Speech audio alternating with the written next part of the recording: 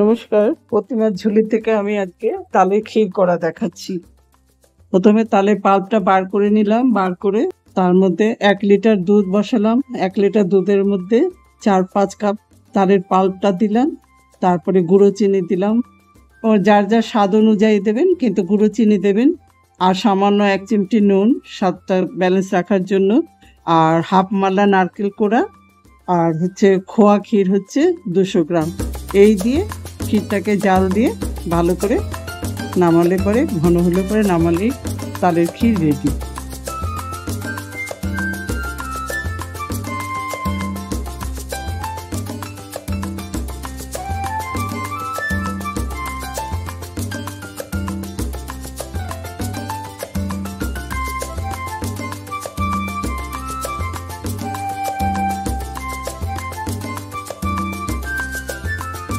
আমার এটা হয়ে গেছে, দারুণ হয়েছে। আশা করি আপনাদের খুব ভালো লাগবে। ভালো লাগলে আমার চ্যানেলে লাইক করবেন, শেয়ার করবেন, সাবস্ক্রাইব করবেন প্লিজ। এটা আমার একান্ত অনুরোধ।